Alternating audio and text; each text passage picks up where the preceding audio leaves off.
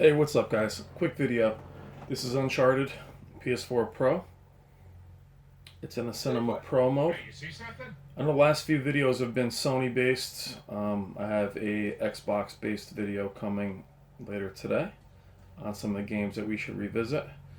But some of you have been asking me what the Cinema Pro settings look like and to show you calibrations and things of that nature. It's hard to do that because literally I change them for every single game I play. HDR does mix things up a little bit because I typically don't keep the backlight all the way up. I typically don't use advanced contrast or things of that nature. But HDR, just by a baseline kind of pushes those things up higher. You have to have, some of the settings that I normally wouldn't have up. So I'll show you what I have. And I've taken some of this out of the page of Quantum Apotheosis.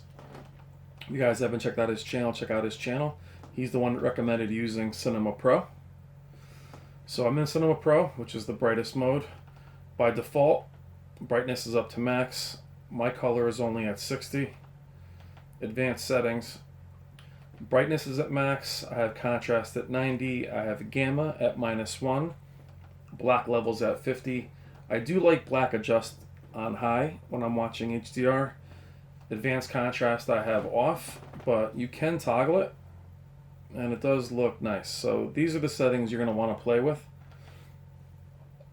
Auto local dimming I have on high. Extended dynamic range I have on high. Over to color, I have it at 60 for saturation. Hue is at G3. Color temperature I have at neutral. Live color I have on high.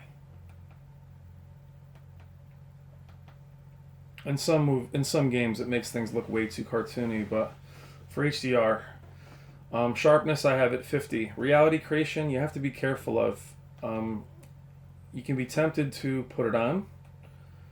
Let's just say put it on manual, and you can max it out. What it does is it sharpens the image, which is tempting. Except it does create artifacting. You can see it a little bit in his hair.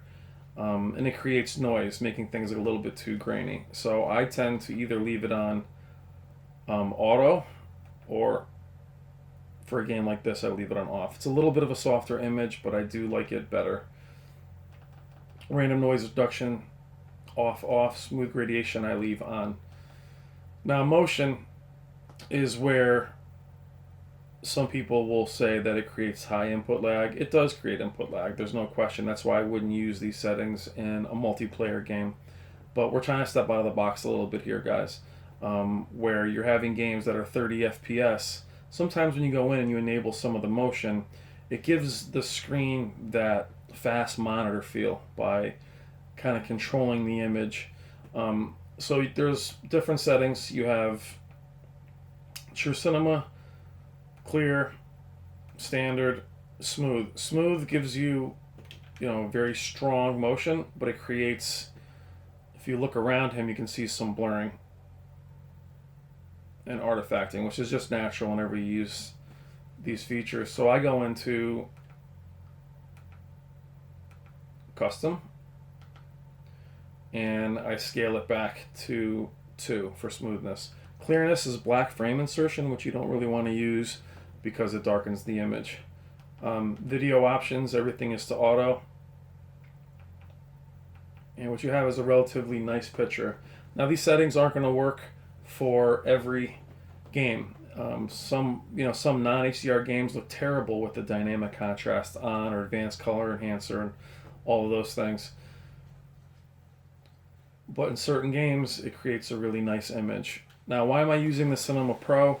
I do want to have some control over the motion. I do want to be able to enhance some of the other features that are not available on the game picture mode, as it turns most of it off. It's one of the best things about the Sony is that when you go out of game mode, it's still playable. It's not optimal, guys, but it's playable, and it creates a nice image. Not oversaturated, but again, you can toggle those features yourself.